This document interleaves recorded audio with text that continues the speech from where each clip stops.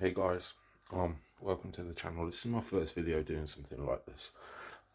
So this Xbox controller, the audio jack, we had a little bit of a problem in the house earlier. The headphones were plugged in into the bottom there, and they got yanked out, which resulted in this little fella, this tiny little thing getting stuck inside there.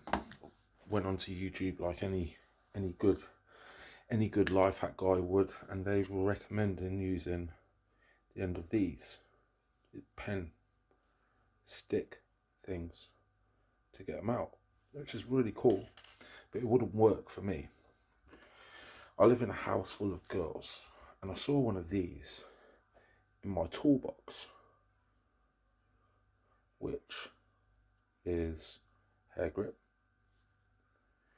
and I then proceeded to remove this little fella